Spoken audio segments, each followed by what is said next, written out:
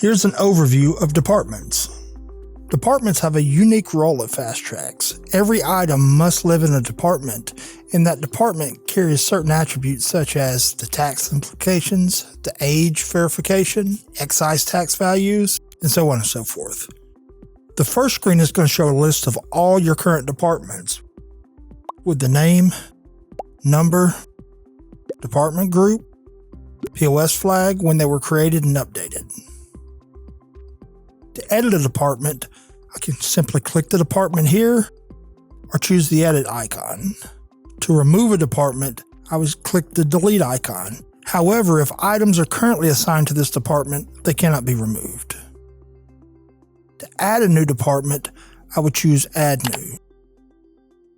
Let's look at the details. When adding a department, you're taken to the details screen. Here we have the department name. This is the description you want to appear when running reports against that department. The department group is kind of like an umbrella for various departments and is used for reporting and filtering. The disclaimer. Here you can choose a disclaimer to appear whenever a product from this department is sold. The disclaimer is going to print on the receipt. Common disclaimers are things like your warranty period or return period or any additional information that the customer needs to know about the item. POS description. If this is empty, the receipt will simply show the name if an item from this department is sold. And finally, the department number. This is an integer that must be unique to this department. Options. The POS flag defines things such as the tax implications and the age required for the sale. Open department minimum and maximums. If you allow open department sales of this department, what is the minimum amount and maximum amount allowed? Maximum discount. If you allow manual discounts, what is the maximum discount allowed for this department? Discount percent on damaged. If you're using our return forms and a return item is flagged as damaged, what is the default discount percent for items in this department? Target margin. Whatever value entered here is used to back into and determine the cost of any item sold in this department without a cost, such as open department sales.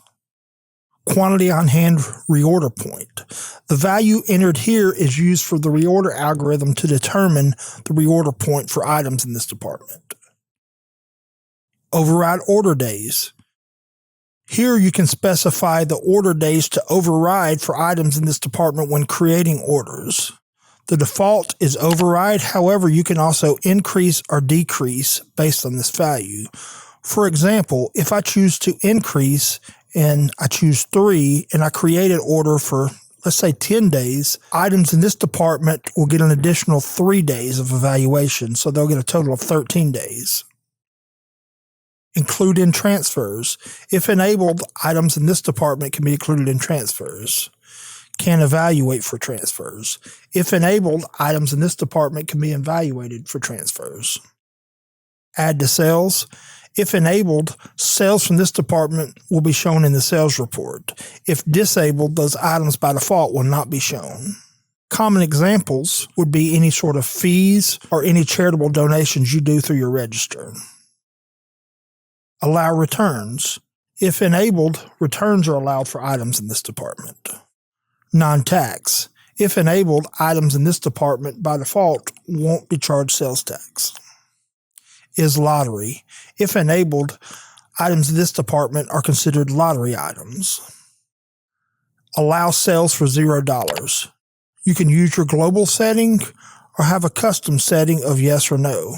Based on the setting you choose, $0 sales will be allowed or disallowed. Accounts. Here you can enter in your various accounting codes used when exporting or integrating in with our accounting partners. You have your sales account, your cost of goods sold account, your inventory account, your returns account, shrink, adjustments, and excise tax accounts. And finally, house accounts. When enabled, here you can choose levels to discount house account customers.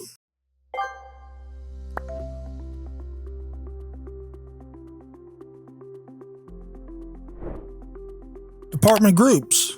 Department groups are like an umbrella or parent to departments. They're used for reporting and filtering. Here's a list of my current department groups. I can edit an existing department group by clicking it or choose the edit icon, or I can add a new one. To remove a department group, I click the remove button. However, any departments that are currently assigned to this group must be moved to another group before that group can be deleted. When adding a department group, I simply enter a unique name and save.